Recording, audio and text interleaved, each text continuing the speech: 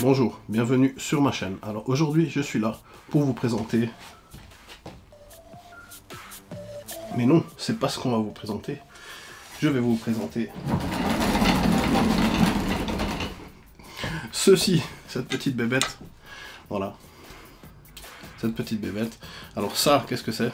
Ça, c'est une boîte de vitesse à crabot, séquentielle, 6 rapports, pignonnerie taille droite.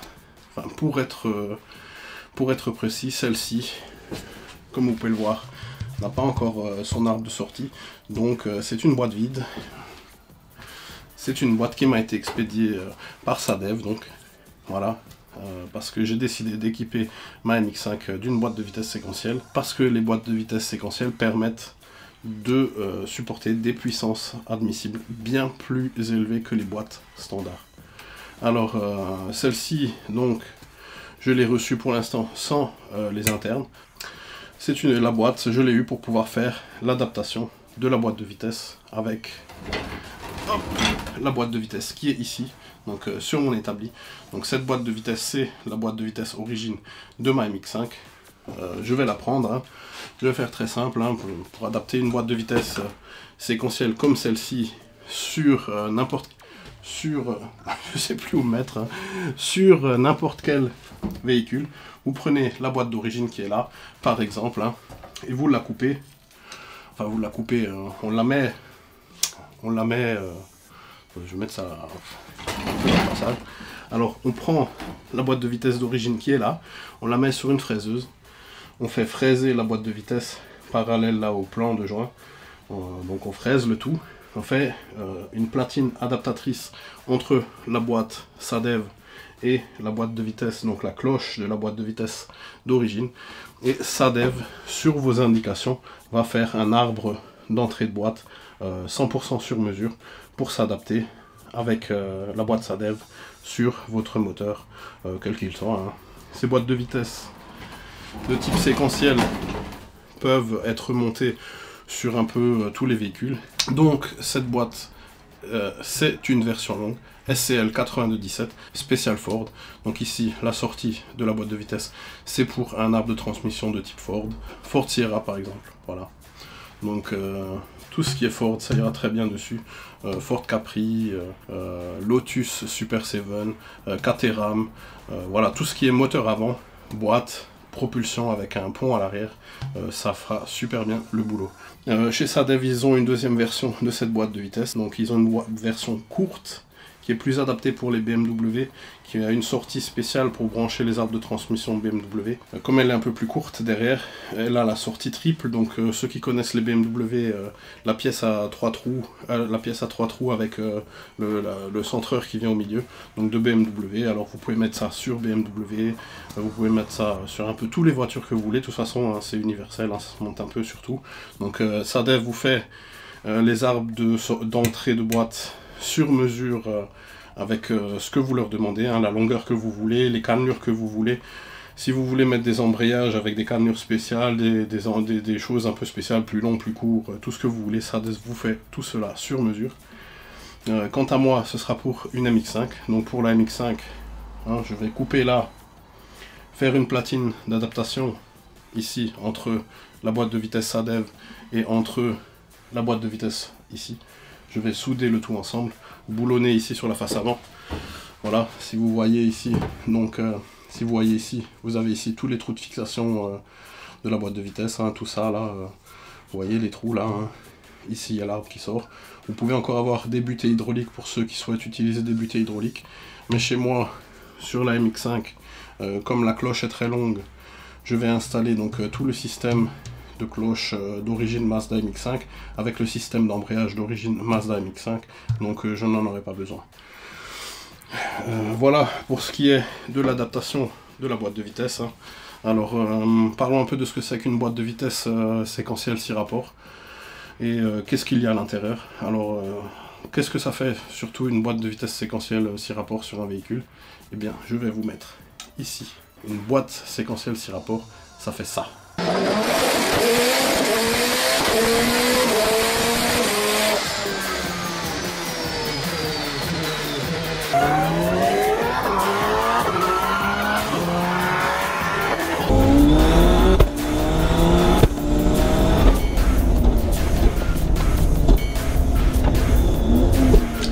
normal, hein. C'était quelques petits extraits de vidéo. Vous pouvez voir que la boîte de vitesse séquentielle permet de passer les rapports très rapidement, hein. C'est ce qui est utilisé en compétition, hein. Ça c'est une boîte de compétition, hein. Sachez que chez Sadev, ils ne font que des boîtes de vitesse généralement pour la compétition, hein. Vous ne trouverez pas ça sur les véhicules de série. Le palmarès de Sadev, donc de la marque Sadev, sur toutes les boîtes qu'ils ont fabriquées, est très impressionnant. En compétition, Sadev, c'est podium sur podium. Le dernier Paris-Dakar, je crois, les 5 premiers du classement avaient des boîtes Sadev. Donc juste pour vous dire la qualité de fabrication de ces boîtes de vitesse, la solidité, la fiabilité de la marque Sadev est sans pareil, hein. Vous avez très peu de marques qui arrivent à rivaliser avec les performances de Sadev en boîte de vitesse de compétition. Donc ça, c'est vraiment de la bombe, hein, c'est super. C'est très robuste. Alors pourquoi c'est plus robuste que les autres boîtes de vitesse standard? Tout simplement parce que à l'intérieur de cette boîte de vitesse, il y a ce qu'on appelle une pignonnerie taille droite à crabeau. Alors la pignonnerie taille droite, c'est quoi? Je vais vous mettre quelques images. Donc ici, comme toujours, hein, je vais vous mettre quelques images d'une pignonnerie taille droite à crabeau. Ok, voilà. Je vais essayer de vous mettre aussi quelques images du fonctionnement du crabotage, parce que sachez que sur un véhicule standard, la pignonnerie est de type hélicoïdal, donc les pignons ont, je sais pas comment vous expliquer, les pignons n'ont pas des dentures droites, ont des dentures de travers, parce que à l'engrenage des pignons, comme ça, quand les pignons s'engrainent, avec la pignonnerie taille droite, c'est bruyant. Donc vous avez un bruit de transmission, ça fait mi, voilà, mais la pignonnerie taille droite des boîtes de compétition est bien plus robuste que la pignonnerie standard à pignonnerie hélicoïdale, parce que quand vous avez une pignonnerie hélicoïdale, du fait que les dents soient en pente, eh bien ça fait de l'effort latéral dans la pignonnerie et c'est beaucoup plus fragile. Alors voilà, donc les boîtes de compétition, ce sont des pignonneries de taille droite, ça s'engraine comme ça les uns dans les autres. Je vais vous mettre aussi quelques vidéos intéressantes dans la description en bas pour que vous puissiez voir quelques vidéos sur les boîtes de vitesse à crabeau pignonnerie taille droite. Il y a une vidéo qui est en anglais, mais c'est sur les boîtes de vitesse de Formule 1, donc très intéressant. Vous verrez des boîtes de vitesse très fines et très délicates. Sadev fabrique des boîtes de vitesse qui sont tout aussi fines et délicates et très performantes que les boîtes de vitesse de Formule 1. Regardez leur catalogue, c'est assez impressionnant tout ce qu'ils font. Ils ont la grande sœur de cette boîte. Alors celle-ci tient, selon l'usage, entre 450 et 350 newtons de couple.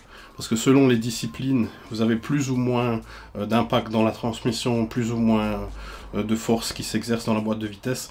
Donc vous vous retrouvez avec plus ou moins de couple que peut supporter la boîte de vitesse. Alors pour un usage circuit, c'est 400 newtons. Pour un usage drift, par exemple, c'est 450 newtons.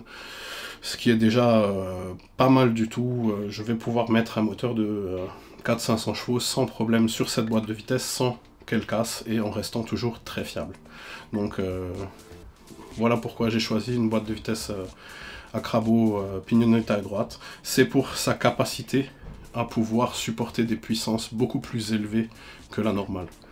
Alors la deuxième chose pourquoi j'ai choisi une boîte séquentielle, c'est pour le passage des rapports. Alors ici, le lever de vitesse, eh bien sur une boîte traditionnelle, vous passez vos rapports 1, 2, 3, 4. Sur celle-ci, vous prenez le levier, vous tirez en arrière comme ça, et bien les rapports montent. Vous poussez en avant comme ça, les rapports descendent. C'est ce qu'on appelle une boîte à passage des rapports séquentiels. Donc vous poussez, les rapports montent, les rapports descendent, vous tirez et les rapports montent. Et tout ça se fait très rapidement parce que les boîtes à crabeau séquentiels ont des passages de rapports ultra rapides, donc très rapides. Hein. Quand vous tirez sur le levier, c'est quasiment instantané. Donc on couple ça, la boîte de vitesse, à des coupures d'allumage sur la gestion moteur programmable. Et quand on a couplé ça avec des coupures d'allumage sur la gestion moteur programmable, on est capable de passer tous les rapports sur cette boîte sans toucher à l'embrayage. Donc vous utilisez l'embrayage sur le premier rapport pour partir, et tous les autres rapports peuvent être passés à la volée, comme sur les motos, parce qu'à l'intérieur, les boîtes à crabot sont designées comme des boîtes de moto. D'ailleurs, qui a copié l'autre, je ne sais pas. Mais en gros, une boîte à crabot, c'est utilisé de base sur les motos, et c'est ce qu'on met en compétition sur les véhicules automobiles, pour leur robustesse et pour leur passage de vitesse éclair, sans toucher à l'embrayage. Donc en fait, vous servez de l'embrayage qu'une seule fois quand vous partez, et tout le reste de votre temps de roulage, et bien, vous ne faites que pousser le levier pour descendre les rapports, tirer le levier pour remonter les rapports. Et ici, on a un petit bouton, alors je ne sais pas si vous le voyez, ici, là derrière, on a un petit bouton. Ce petit bouton est fait pour verrouiller la marche arrière. Donc ça évite, par mégarde, quand on arrive au point mort, d'enclencher la marche arrière sans le vouloir. Donc quand vous voulez passer la marche arrière, vous êtes obligé de presser ici sur le bouton pour pouvoir déverrouiller le passage de la marche arrière. C'est une sécurité, hein. C'est une sécurité tout simplement. Alors cette boîte de vitesse ici dispose donc des capteurs standards, capteurs de passage de rapport, c'est ce qui déclenche quand vous avez une gestion moteur programmable, c'est ce qui déclenche la coupure d'allumage pour pouvoir monter et descendre les rapports.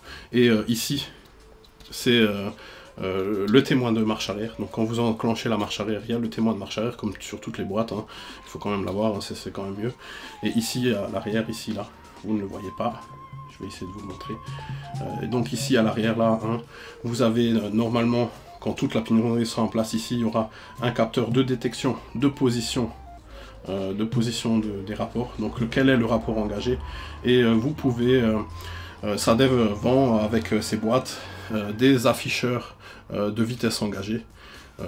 Je ne sais pas si je vais l'utiliser parce que je vais vous faire un dashboard à base d'une grande tablette, hein, pour pouvoir mettre dans mon véhicule avec une méga squirt. Donc comme je vais utiliser un dashboard, je ne mettrai peut-être pas d'afficheur de vitesse. Enfin ça c'est à voir, je n'ai pas encore décidé. Donc sachez qu'il est disponible, hein, chez SADEV. SADEV aussi, alors une des particularités de ces boîtes de vitesse, c'est qu'on peut leur installer des systèmes de palettes au volant. Donc en fait, le système de palette au volant va remplacer ici, ou va remplacer ou être monté en parallèle du levier de vitesse d'origine de la boîte de vitesse. Et on aura un actuateur pneumatique dans la plupart des cas. On aura un actuateur pneumatique qui va faire avancer ou reculer le levier selon les systèmes, hein. Il y a différentes marques d'actuateurs et de systèmes de palettes au volant sur le marché. Je vais vous mettre un lien dans la description vers un système de palette au volant, si ça vous intéresse de voir. Je vous mets une petite image là vite fait, comme ça vous pourrez voir à quoi ça ressemble un système de palette au volant. Là par exemple, hein, sur le levier je fixe un cylindre pneumatique, et avec les palettes au volant, et bien, le cylindre pneumatique va commander soit le passage de vitesse inférieure, soit le passage de vitesse supérieure. Voilà en quoi consiste un système de palette au volant. Parce qu'en fait, c'est la boîte qui fait tout le travail, hein. C'est la boîte qui fait tout le travail. Le changement des rapports sur ce genre de boîte de vitesse, c'est vraiment excellent, hein. Si vous avez jamais roulé en boîte séquentielle et que vous avez un jour l'occasion d'essayer, vous verrez, une fois qu'on a goûté aux palettes au volant, on veut plus rien d'autre. Enfin, palette au volant, quand je dis palette au volant, je dis aussi boîte séquentielle, parce que la boîte séquentielle, c'est vraiment... c'est le top, hein. Honnêtement, roulez un jour en boîte séquentielle, si vous avez l'occasion, si on vous laisse essayer, roulez en boîte séquentielle et vous comprendrez, c'est vraiment le top de la conduite automobile. Voilà, donc je pense que je vous ai tout dit au sujet de la boîte SADEV. Je vous ai montré l'intérieur d'une boîte à crabot, donc pignonnée taille droite. Alors la taille droite, hein, comme dit, hein, c'est pour la résistance, hein, donc c'est un peu bruyant, hein, mais en compétition on s'en moque, hein, si c'est un peu bruyant. Nous ce qu'on veut c'est que les boîtes elles tiennent la puissance du moteur, hein, et qu'elles soient performantes. Alors celle-ci, chez SADEV, donc on vous propose un étagement sur mesure, hein. Il y a plusieurs étagements de boîte de vitesse au choix. Vous pouvez choisir l'étagement donc en fonction des vitesses maxi que vous voulez atteindre, en fonction de l'accélération que vous voulez. Chez SADEV, ils vont vous aider à choisir toutes ces choses-là. Vous les appelez, sans souci, ils vont vous aiguiller, ils vont vous dire voilà, vous pouvez monter tel et tel rapport, vous pouvez faire comme ci, comme ça, et ils vont tout vous dire. Hein. Quant à moi, cette boîte de vitesse SADEV, je l'ai prévue pour avoir des vitesses de pointe allant entre 280 et 300 km/h, selon le rapport final, hein, selon le rapport final que je vais installer derrière, donc selon le rapport final du pont arrière, eh bien j'aurai entre 275 et 300 km/h selon le rapport de pont arrière. Voilà, donc gros moteur, grosse puissance, grosse boîte de vitesse, histoire que ça tienne, hein. On veut pas que ça casse, hein. Si je fais un moteur très très puissant, je veux pas qu'il casse. Passage des rapports séquentiels, palette au volant, je vais tout vous faire, hein. C'est à venir, hein. Soyez patients, hein. On peut pas tout faire en 5 minutes. J'espère que cette petite boîte vous plaît. Voilà, je vous la montre de l'autre côté. Voilà, hop. C'est vraiment superbe, hein. Honnêtement, la boîte de vitesse SADEV, elle est très très belle, hein. Regardez-moi ça, noir, un bel aluminium, tout entièrement passé, machiné, tout est superbe, hein. Franchement, une superbe boîte de vitesse, hein. La qualité est là, hein. Ici le reniflard de boîte, ici, je vous ai pas mentionné, ici vous voyez là, hop, ici là, et ici là, la possibilité de mettre un radiateur d'huile pour refroidir la transmission.